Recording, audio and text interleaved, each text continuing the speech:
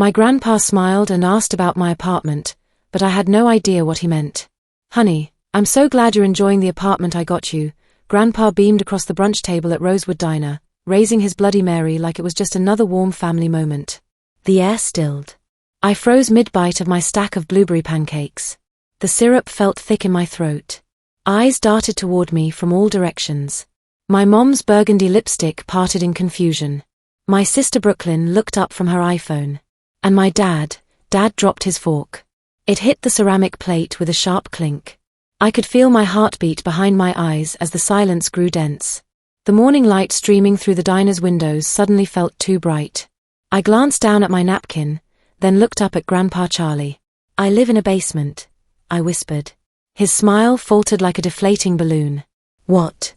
I never got any apartment, I said louder this time, my voice steady despite the tremor in my hands. I wasn't about to cry here. Not after all these years of pretending everything was fine. A hush dropped like a thundercloud over our usual Sunday gathering. The clatter of dishes from the kitchen seemed miles away. What are you talking about, sweetheart? Grandpa asked, blinking slowly, his weathered hands gripping his glass tighter. The room shifted. Mom reached for her coffee cup, her manicured hands trembling just enough to spill a drop onto the checkered tablecloth. Brooklyn stopped scrolling through TikTok. Dad coughed, then reached for his orange juice like he had something lodged in his throat. The truth, Grandpa, I said, looking around at all of them, this family that had watched me struggle from a distance. You never sent me anything. I've been living in a windowless basement apartment in Queens for 4 years. The only gift I've gotten from this family in a decade was silence. Wait, hold on, Grandpa said, pushing his chair back a few inches, the leg scraping against the tile floor. I wired the down payment to your father 4 years ago, right after you graduated from NYU. He told me he surprised you with it, said you found a cute place in Brooklyn. My mouth went dry. A shiver ran up my spine, but I forced myself to breathe. Dad's face had gone pale, ashen like old newspaper. Mom turned to him slowly, her blue eyes narrowing. You said you helped her find that adorable studio in Williamsburg, she whispered, her voice tight with dawning realization. Dad, I said, locking eyes with him across the table. The man who had raised me, who had taught me to ride my bike in Central Park, who had walked me to my first day of school. He shifted uncomfortably, his polo shirt suddenly looking too tight around his collar. I meant to help her with it, he stammered. No, I cut in, my voice sharp as broken glass. You meant to keep it. A gasp escaped from someone's lips, maybe Brooklyn, maybe the woman at the table next to us who had been eavesdropping. Grandpa Charlie sat back in his chair, his lips pressed together in a thin line, knuckles white against the edge of the formica table. He looked like he'd been sucker-punched by his own son. I sat straighter, my voice steady but sharp as a blade. You told me to work harder, to stop expecting handouts. All that time you let me scrub floors at that cleaning service in Astoria while you pocketed the money that was meant to give me a fresh start. The air in Rosewood Diner was thick now, heavy with unspoken truths that had been festering for years. The smell of bacon and coffee that usually comforted me now made my stomach turn. I could feel the weight of every early morning I'd dragged myself to work, every night I'd eaten ramen noodles on the floor of my basement because I couldn't afford a proper table. Kinley, you don't understand, Dad started, but I held up my hand. Don't. My voice was calm, but inside I was screaming. Don't you dare try to explain this away. While I was working 2 jobs just to pay rent to Mrs. Chen, you were living off money that was meant for me. Money that could have changed everything. Brooklyn finally spoke up, her voice small. What basement? I thought you lived in that cute place Dad showed us pictures of. I laughed, but there was no humor in it. Pictures? What pictures, Brooklyn? Of someone else's apartment? Because I've been living in a converted storage room where I can hear the upstairs neighbor's toilet flush every night. Where the walls are so thin I know exactly when Mr. Rodriguez gets home from his night shift. Grandpa Charlie's face was a mask of controlled fury. His hands, spotted with age but still strong from his years working construction, were shaking slightly. Daniel, he said, his voice dangerously quiet. Is this true? Dad looked like a cornered animal. His eyes darted around the table, looking for an escape route that didn't exist. I was going to give it to her eventually. I was just investing it, making it grow for her future. Whose future? I stood up, My chair scraping against the floor. Because it sure as hell wasn't mine. My future was working doubles at the coffee shop in Manhattan, coming home to a room that smells like cigarettes and mildew, eating mac and cheese from a box while sitting on a folding chair I bought at a garage sale. The entire diner seemed to be holding its breath. Even the short order cook had stopped flipping pancakes. I could feel every eye in the place on our table, but I didn't care anymore. I was done being the family secret, the daughter who never quite measured up. I wasn't going to say anything today, I continued, my voice growing stronger with each word. But since we're here celebrating another family milestone, maybe it's time we all stop pretending that everything is perfect in the Harrison family. And with that, I walked out. Behind me, chairs screeched against the floor. Footsteps fumbled. I didn't stop. The hallway outside Rosewood Diner was quiet except for the distant hum of traffic on Northern Boulevard, but the rage boiling inside me was anything but silent. I could still feel every pair of eyes from that table burning into my back, the shock, the guilt, the discomfort they finally deserved to feel. I didn't cry. Not this time. I was done with tears that nobody would ever see or care about. As I reached the parking lot, squinting against the harsh afternoon sun, I heard footsteps behind me. Fast ones, urgent. Kinley, wait. Grandpa Charlie called out, his voice carrying that authoritative tone that had commanded respect on construction sites for 40 years. I turned around. He looked older than he had 20 minutes ago, the lines around his eyes deeper, more pronounced. His usual confident smile was gone, replaced by something I hadn't seen from him in years, pure, unfiltered sorrow mixed with a fury that made my own anger look like a gentle breeze. You seriously never got the apartment, he said. It wasn't a question. It was a statement of fact that he was still trying to process. I shook my head, suddenly feeling exhausted. I've been renting a basement from Mrs. Chen, who smokes so much her walls are yellow. There's a water heater next to my bed that makes noise all night. I pay rent in cash because she doesn't trust banks. I've eaten more dinners sitting on the floor than I can count. Grandpa Charlie swallowed hard, his Adam's apple bobbing. Your father told me you didn't want help. He said you were being independent, that you were proud of making it on your own. My chest tightened. I asked him for a job reference once. He said, and I quote, "Try McDonald's first. Build character." Grandpa's weathered hands clenched into fists. He said you were ungrateful. That you moved into your dream place and didn't even call to thank me. A bitter laugh escaped me. I didn't know there was anything to thank you for. I figured the family had written me off completely. He rubbed a hand over his face, the same gesture he used to make when he was thinking through a difficult problem on a job site. I trusted him, Kinley. I trusted my own son. I didn't reply.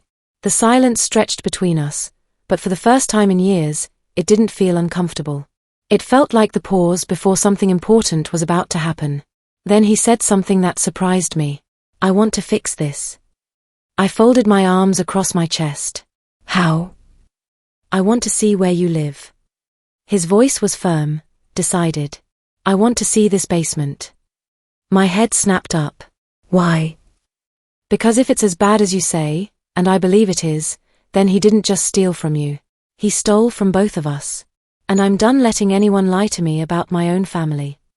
That evening, I drove Grandpa Charlie to my place in Queens. His silence during the 20-minute drive spoke volumes. He didn't make small talk or comment on the neighborhoods we passed through. He just sat in the passenger seat of my beat-up Honda Civic, staring out the window with the intensity of someone seeing the world with new eyes. When we pulled up to the narrow house on 41st Street, sandwiched between a bodega and a dry cleaner, I felt a familiar wave of embarrassment. The building's brick facade was crumbling, and the front steps were cracked from years of neglect. But tonight, seeing it through Grandpa's eyes, it looked even worse. This is it, I said, turning off the engine. He nodded grimly. Lead the way. I led him down the narrow side alley, past overflowing garbage cans and a rusty fire escape that looked like it hadn't been inspected since the Clinton administration. The basement entrance was around back, down a set of concrete steps that were always damp, no matter the season. The overhead bulb flickered as I unlocked the door. The familiar scent of stale cigarettes and mildew greeted us like an unwelcome host. I stepped aside and gestured into the dim space. Welcome to my palace. Grandpa Charlie stepped inside slowly, his eyes adjusting to the fluorescent light that hummed overhead. He took in the second-hand couch I'd bought for $50, the bookshelf that leaned against the wall at a precarious angle, the water-stained ceiling tiles that occasionally dripped when it rained. His gaze lingered on my bed, a twin mattress pushed up against the washing machine, with barely enough room to walk around it. For several seconds, his expression didn't change. Then he sat heavily on the edge of my bed, the springs creaking under his weight, and let out the saddest exhale I'd ever heard from him. "This is what you've been living in," he said quietly. I nodded, suddenly seeing the space through his eyes. The concrete walls painted institutional green. The narrow window at ground level that showed nothing but feet walking by on the sidewalk. The hot plate that served as my kitchen, balanced on a card table I'd found on the curb. "Since college ended," I confirmed. His eyes grew glassy. "He told me he was saving the rest of the money for your wedding. I thought it made sense at the time, give you something to start with, save the rest for when you really needed it." "There is no rest." My voice was flat, matter-of-fact. "You gave him $75,000, Grandpa."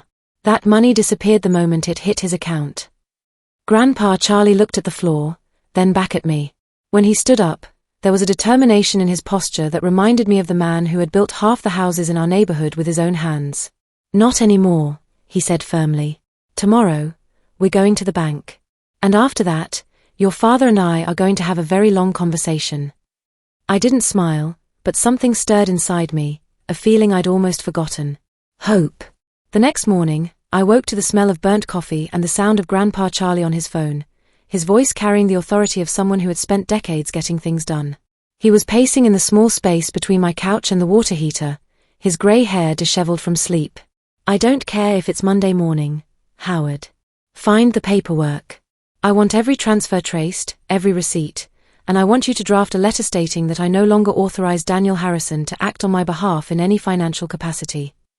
His voice was cold steel, a tone I'd never heard him use, not even when Dad had crashed his pickup truck in high school or when Mom had forgotten to pick up his prescription medication. This was different. This was the voice of a man who had been betrayed by his own son. I stayed in the narrow hallway, barefoot on the cold concrete, listening in silence. Something inside me that had been dormant for years felt acknowledged, validated. Someone finally believed me. By noon, we were sitting in a sleek office in Manhattan, 40 floors above the street.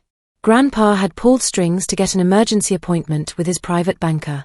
The woman behind the mahogany desk, Margaret something or other, was in her 50s with silver hair and the kind of tailored suit that probably cost more than my monthly rent. "I do see the transfer here," she said, clicking through records on her computer screen. "From Charles Harrison's account to Daniel Harrison, marked as gift for Kinley's apartment down payment." She turned the monitor toward us, and there it was, the proof that everything Grandpa had told me was true. The date was there, June 15th, 4 years ago. The amount, $75,000. Everything exactly as he described it. Then Margaret clicked to another screen, and my heart dropped into my stomach. "There's another transaction here, 5 days later." She paused, her perfectly manicured finger hovering over the mouse. "Your son transferred the entire amount into a separate investment account under his name only. High-yield bonds, it looks like." My hands curled into fists in my lap. All these years, while I'd been living in this basement, eating ramen noodles and working 2 jobs just to survive, Dad had been earning interest on money that was meant to give me a chance at life. Grandpa Charlie stared at the screen in complete silence. Then, in a voice that was calm but deadly, he asked, "Can I get printed copies of all these transactions?" "Of course, Mr. Harrison." When Margaret stepped away to use the printer, Grandpa turned to me. "He didn't just betray you, Kinley. He lied to me for 4 years. This isn't just family drama, it's theft." I nodded slowly, feeling something shift inside me. For the first time in years, I wasn't fighting this battle alone. "Don't worry," he added, but I shook my head. "No," I said quietly. "We'll handle this together." That afternoon, we drove straight to my childhood home in Forest Hills. I hadn't stepped foot in that split-level house in over 2 years, the same house where I used to help Mom bake chocolate chip cookies in the yellow kitchen, where Dad had taught me to throw a baseball in the backyard before he started screening my calls. The maple tree in the front yard had grown taller, its branches now scraping against the second-story windows. The lawn was perfectly manicured, the flower beds filled with expensive perennials. It looked like the kind of home that belonged to a successful family, which, I guess, it did, thanks to my money. Grandpa Charlie rang the doorbell. Dad answered, looking confused and slightly annoyed. His eyes widened when he saw both of us standing on his front porch. "We need to talk," Grandpa said, his voice firm but controlled. "I'm actually in the middle of watching the game," Dad replied, glancing back toward the living room where I could hear the Yankees playing. "Sit down, Daniel." Grandpa didn't raise his voice. He didn't need to. There was something in his tone that made it clear this wasn't a request. Mom appeared in the hallway, her reading glasses perched on her nose, looking worried. Brooklyn peeked down from the top of the stairs, sensing drama like a shark smelling blood in the water. We gathered in the living room, the same room where we used to open Christmas presents, where I'd announced my acceptance to NYU, where Dad had once told me he was proud of me. The irony wasn't lost on me. Grandpa placed a thick manila folder on the coffee table. Dad glanced at it but didn't pick it up. Then Grandpa dropped the hammer. "You told me Kinley was living in that apartment I paid for, but the money never made it to her. You took it. You stole from your own daughter, and you lied to me for 4 years." Dad actually chuckled nervously. "Come on, Dad. You're blowing this way out of proportion." "She's been living in a basement," Grandpa snapped, his composure finally cracking. "Working 2 jobs, eating dinner on the floor, while you used her money to play the stock market." "I was holding it for her future," Dad protested weakly. "Don't." My voice cut through the room like a knife. "Just don't lie again. You told me I was lazy, entitled, that I didn't deserve help. Meanwhile, you were living off money that was meant to give me a chance." Dad's jaw clenched. He looked like he wanted to argue, but what could he say? The evidence was right there in black and white. Grandpa opened the folder and slid the bank statements across the coffee table. "I've already spoken to my lawyer. We can pursue legal action if necessary, but you're going to pay back every cent. With interest. And you're going to explain yourself to the entire family at next Sunday's brunch." Mom whispered, "Daniel, please tell me this isn't true." He said nothing. The silence stretched until it became unbearable. Finally, Grandpa turned to me. "You're moving in with me until we find you a proper place to live." The following Sunday, brunch was held at the same restaurant, Rosewood Diner, same table, same faces, but everything had changed. I wasn't seated at the end anymore, squeezed between the wall and Brooklyn's oversized purse. This time, I sat beside Grandpa Charlie, right where I belonged. When Dad walked in, he looked like he'd aged 5 years in 1 week. The usual confident swagger was gone, replaced by the shuffle of someone carrying the weight of exposed truth. Mom stayed close to him, her face tight with embarrassment. Brooklyn wore sunglasses indoors, like she could hide from what was about to happen. Grandpa stood up before anyone could order coffee. "I'm going to keep this brief," he announced, his voice carrying across the diner. "Last week, I learned that a grave injustice was committed in my name. 4 years ago, I sent money to help Kinley start her adult life. I was told she received it and was thriving." He paused, looking directly at Dad. "That was a lie." The entire restaurant seemed to quiet down. Even the server stopped mid-pour at the next table. "Daniel took that money," Grandpa continued. "He invested it for his own benefit while letting his daughter struggle in conditions no one should have to endure. He made her feel worthless while profiting from her suffering." A wave of whispers rolled through our extended family. Aunt Rachel gasped. Cousin Jake put down his phone for the first time in years. Dad sat frozen, his face red with shame and anger. Then Grandpa pulled out a folded piece of paper. "I want you to read this. Out loud. Now." Dad's hands shook as he unfolded the letter. When he began to read, his voice broke with every word. "To my family, I stole from my daughter, Kinley Harrison. I took money meant for her future and used it for my own financial gain. I have wronged her, my father, and betrayed the trust of this family. I accept full responsibility and will repay the entire amount, with interest, within 6 months." When he finished, there was only silence. For the first time in years, I looked at my father and didn't feel small. I felt vindicated. 6 months later, I was hosting my own brunch. Not in a restaurant, but in my new apartment in Astoria, a real apartment with hardwood floors and windows that actually opened. Grandpa Charlie brought fresh flowers from his garden. My cousin asked about my new job at the architectural firm, where I was finally using my design degree. Dad wasn't there. He'd repaid the money on time, but apologies had remained on paper. That was fine with me. Some people's absence is the greatest gift of all. As I passed around a plate of homemade blueberry muffins, I caught Grandpa watching me with a proud smile. "This," he said, "is what I always imagined for you." I squeezed his hand. "Me too, Grandpa. Me too."